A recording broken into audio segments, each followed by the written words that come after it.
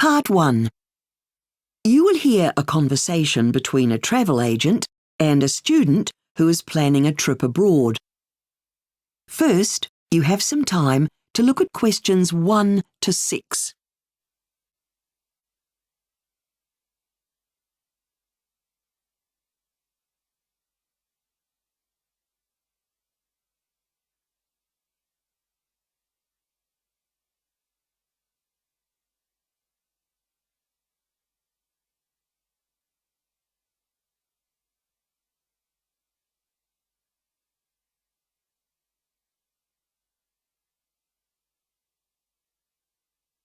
Now listen carefully and answer questions 1 to 6. Hello, how can I help you? I'm taking a year off and I'm hoping to travel abroad and to find work as well for part of the time. I know you specialise in student travel and work placements, so... That's right. We can help you arrange your travel and set up a job for you. But first of all, I need some personal details, and then we'll match your details against our database to see what's available work-wise. Great. OK. Your full name? Sarah Brown. Date of birth? March the 30th. Oh, I'm the 31st. 1988. And your address? 21 Waverley Road, Radstone, RD4 6WV. And a contact telephone number, please. I can give you my mobile number. 0903 775115. Fine. Now, tell me where you plan to travel to, and I'll see how I can help. Well, I'd like to go to Northern Europe. Have you been there before? No, I know Southern Europe quite well, as I've been there with my family. We always went by plane, but now I can choose. I'd like to go by train so I can stop off whenever I want. OK. Now, just as important, what sort of work have you got in mind? Well, I thought about hotel work because then I might get accommodation with the job, and I'd like to work for about half the year. That sort of work is usually quite competitive. Perhaps you should consider an alternative just in case. Such as? Well, lots of students like to work on a farm, and we have lots of requests from people looking for student workers for a few weeks at a time throughout the year. You can generally earn quite good money if you're willing to work fairly long hours. Before you hear the rest of the conversation, you have some time to look at questions 7 to 10.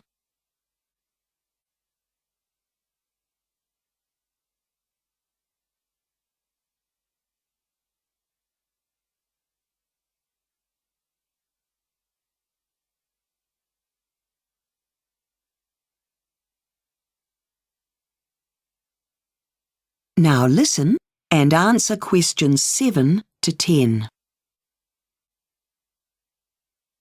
Now, travel. Buying single tickets would be expensive, so the best option would be to have a European pass, which would give you unlimited rail travel at off-peak times. To start off with, we could issue one for up to 3 months to cover the countries you're intending to visit. Sounds good. Do you have any information about youth hostels which I could use to plan my route? Yes, I'll give you a booklet now. But it's down to you to book your accommodation. At certain times of the year, especially during public holiday periods, such places fill up fast. And remember, if we're going to arrange work for you in the countryside, you won't be able to go out easily in the evenings, although you'd probably be too tired anyway. I won't mind that. And you're going to be travelling alone? Yes. Well, before I make any arrangements for you, you need to have insurance for your entire trip. We can arrange that for you if you like. What does it cover?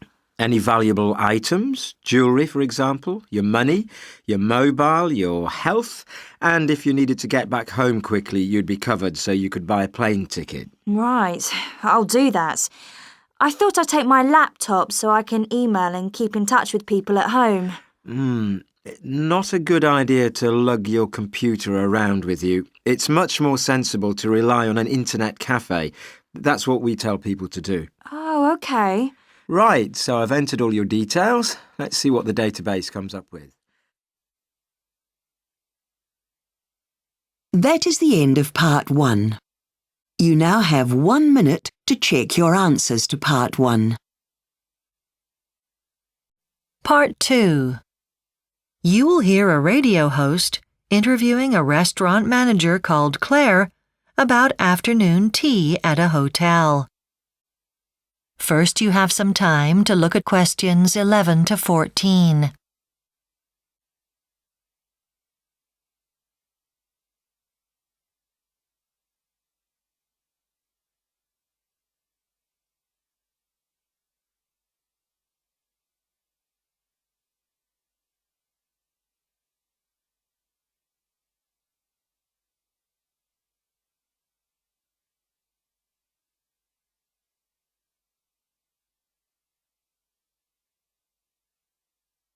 Now listen carefully and answer questions 11 to 14. Our special guest today is Claire Benetall, the restaurant manager of the Emperor Hotel here in town. She's here to tell us about their famous afternoon teas in the restaurant. Welcome. Thanks, Peter. Tell us about what makes afternoon tea so special. Well, it's been a time-honored tradition for over a century. At the Emperor Hotel, we've been serving tea to royalty, dignitaries, and movie stars in the grandest tradition. A lot of people come to see the expensive fabrics, antique carpets, and beautiful handmade furniture we have here. Our waiters serve tea against the picturesque backdrop of the boats on the harbor. We're busy, so we strongly recommend making reservations. However, we rarely turn guests away. Tea is always an event here. Of course, we serve the Emperor Tea Blend, which is created exclusively for the hotel by the Metropolitan Tea Company.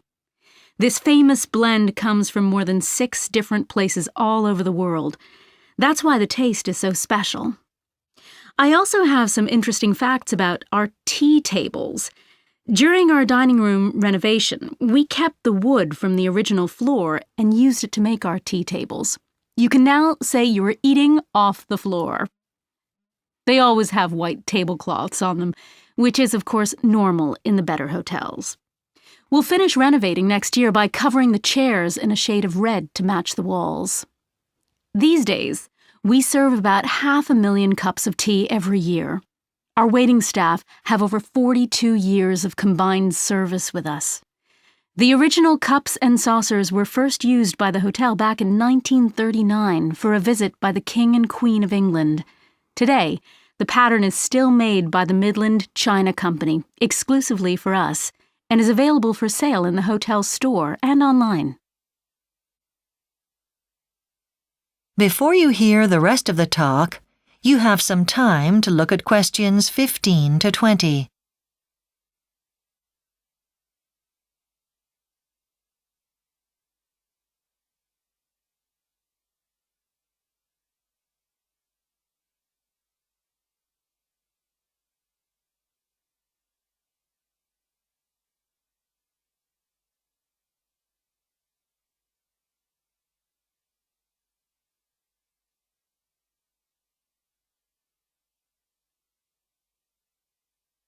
Now listen and answer questions 15 to 20. Would you describe your afternoon tea parties for our listeners? Sure. The hotel has several different kinds of tea parties. We have a special afternoon tea for children, known as the playtime tea. Children can enjoy bubblegum tea and cookies inside a little children's castle. We give them crowns and dress-up clothes to wear. This gives them the experience of being kings and queens. Our bridal tea can be customized for any upcoming marriage. It's a traditional afternoon where women, friends, and family get together and shower the bride with gifts. Our photographer will be there to take many pictures of the best moments of the day, to remind the bride and her friends of something special that they can look back at. The summer tea is served out in the lovely hotel grounds. We spread a souvenir blanket for you under a tree. A basket is prepared for you. Inside, it has 4 local Salt Spring Island cheeses with fresh honey that's made from the chef's own beehives. Our Canadian tea is the most popular one with our international visitors. It includes strawberries and peaches grown in the neighborhood, which we serve with special sandwiches and jam made with raspberries from our own backyard. The farmer's tea is our most famous party. Guests love having a satisfying tea where our famous drink is served with a variety of meat and egg pies hot from the oven, along with our homemade bread. And don't forget the farm-style fruit pies for dessert. And finally, back by popular demand, is our senior's tea. If you're 60 or older, you can enjoy afternoon tea in our cozy library. While there, you can look at the photos of famous actors and musicians that have visited our hotel and read what they said about the hotel. Our chef and restaurant staff serve handmade scones, delicious pastries, and sweets freshly baked in our restaurant daily. It's wonderful. That is the end of Part 2. You now have 30 seconds to check your answers to Part 2.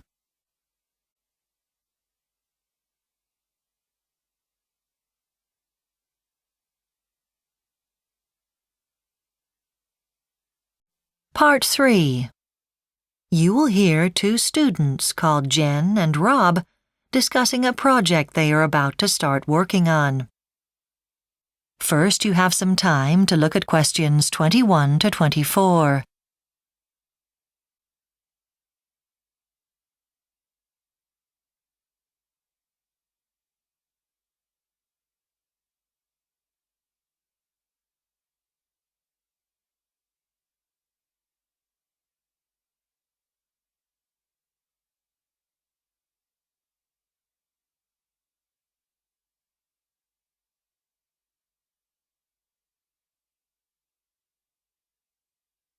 Now listen carefully and answer questions 21 to 24. Hi, Jen. Hi, Rob. We need to look at this project we're doing together in forensic linguistics. Sure. The first thing we have to do is define forensic linguistics. I thought we could say something like, linguistics involves the analysis of language, and forensic refers to using scientific techniques to solve crimes. So forensic linguistics involves analysing people's use of language to find out whether they've committed a crime. What do you think of that as a definition? Sounds okay. I looked it up in my dictionary and I got something similar. Then we can add something about what forensic linguists actually do to back it up. You know, like analysing documents to find out who wrote them. Good point. Let's do that. What about the actual project? I'm glad we chose voice identification as the topic. Yeah, we've been given a voice recording of a possible suspect. Not a real suspect, of course. So we've got to listen to the recording and analyse their voice. Should be okay? Well, I've already listened to the recording and I can't even tell if it's a man or a woman. But I guess that doesn't matter. The accent's a local one, though I'm not sure how that will affect anything. Where we're really going to get in trouble is that the recording is very unclear. I'm sure they've done that to test us. Well, they weren't going to make it easy. We have to analyse the voice sample with that spectrograph instrument, don't we? Learning what to do with it is the only thing that really concerns me about this project. It'll be fine. I guess so. And then we have to interview the suspect and make our own recording face-to-face and decide if it's the same person as on the original recording, right? Yes. It's not an exact science, but it's usually pretty accurate. You can often tell, even when they've got a cold, it's the same person, but they might do something like speaking with another accent because the tutor suggests they do that just to test us. So let's get on with it then. Oh, and don't start your usual self-doubt about whether you can do the work or not. You usually do okay in the end. I reckon that as long as we focus on the main points of the assignment, we can think about the finer details later. My problem is creating things to worry about before I've even started. Before you hear the rest of the discussion, you have some time to look at questions 25 to 30.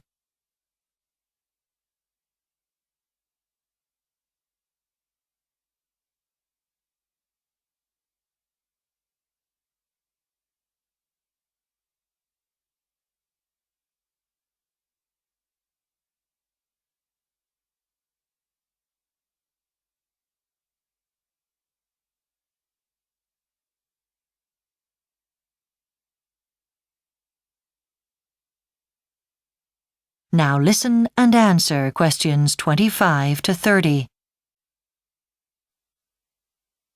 We'll have to do some background reading first. I'll go to the library later and get what we need. OK.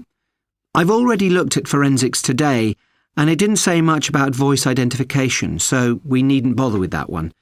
Language and crime looks a bit more promising, doesn't it? I've got that out of the library already, so we don't need to worry about borrowing that. Research methods in forensic linguistics. I guess we ought to borrow that. And voice identification will be a useful one. I'll borrow that from our classmate George. He won't need it for his project. But we should get out modern forensic techniques. We need all the help we can get on that subject. OK, that's that sorted out. Now on to the practical stuff. I'm not sure about how we're going to record the voices. I'm not too good on the technical side of things. Me neither. We'd better work out what we're doing. At least we get more than one opportunity to speak to the person playing the suspect. I just hope whoever it is won't make the task too tricky. I'm sure they won't be too hard on us. And as long as we do our research properly, it shouldn't be too hard to do the rest of it. I'm more worried about fitting in the writing up. I know. We've got loads of other assignments to finish as well. Now, Rob, let's decide how we're going to split the writing between us. Are you any good at introductions? They always seem to let me down. OK, leave that to me. Are you OK to do the literature review then? Maybe we should split that part. I don't mind writing the methodology section if you feel comfortable doing the discussion and conclusions. OK. And we can do the analysis between us as well. Great. Let's get started. That is the end of Part 3. You now have 30 seconds to check your answers to Part 3.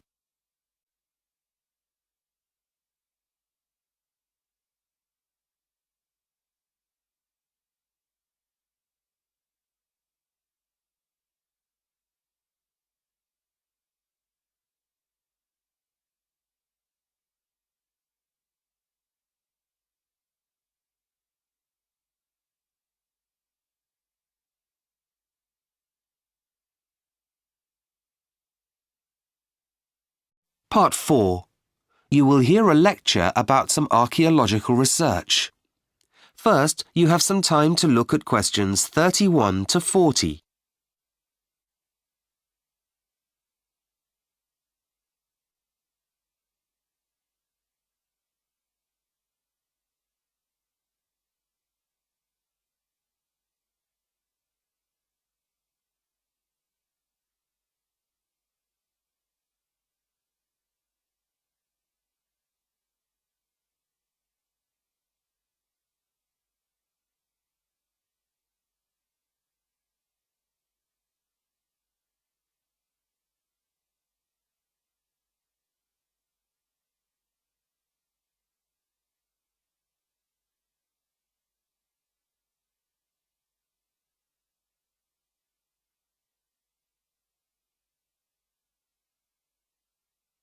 Now listen carefully and answer questions 31 to 40. So far in these lectures, we've been looking at evidence of human migration across the African continent and into mainland Asia. Today, let's see what evidence we have for Stone Age man, specifically in Japan. The particular evidence, as you will see, has had a considerable impact on the beliefs of both archaeologists and anthropologists. Let's start by mentioning the man who first discovered this evidence. In 1877, an American zoologist, Edward S. Morse, went looking for shells and fossils in Japan at Omori, an area which had once been coastal. But he also ended up discovering fragments of pottery. On the fragments, there was a pattern that was unlike anything archaeologists had seen before. At the time, it was thought that this pottery was no more than a few thousand years old. Then, in the 1960s, archaeologists were carrying out excavations in Fukui Cave in the Japanese island of Kyushu, and they found more examples of this pottery. They could now take advantage of carbon dating technology, and to their amazement, It showed that the pottery had been made around 12,000 years ago. That's 10,000 BC. This pottery has become known as Jomon pottery, and the period of time during which it was produced has been named the Jomon period. How did the people who made this pottery find their way to Japan in the first place? During the Ice Age, somewhere between 35,000 BC and 30,000 BC, the Japanese islands as we know them today were connected to the eastern and southeastern Asian mainland. So you could cross from one large landmass to another over something that we call a land bridge, and that's how Stone Age humans crossed into Japan. But when temperatures finally rose, this led to some major environmental changes. Japan had been covered in frozen earth, but now, with the warmer climate, forests grew. With this new habitat, smaller animals began to appear, such as sika deer, still found in Japan today, as well as wild boar and bear. Where once people had used spears to attack the elephants and giant deer that they depended upon for food, for hunting the new smaller animals, they replaced these weapons with arrows and developed skills in archery. The new habitat also meant that they had a new range of foodstuffs at their disposal, which they could collect, a greater variety of plants, nuts, and fish. Now, this way of life continued for thousands of years. But then we come to the early Jomon period, which was from about 10,500 BC to 8,000 BC. Well, according to previous archaeological theory, the people in these very early societies didn't make or use pottery, because they were hunters who were constantly on the move, following the animals, and they wouldn't have been able to carry it around with them. But it now appears that the early Jomon people actually seem to have invented pottery making while they were still getting their food in this way, long before they had begun to rely on agriculture as a source of food.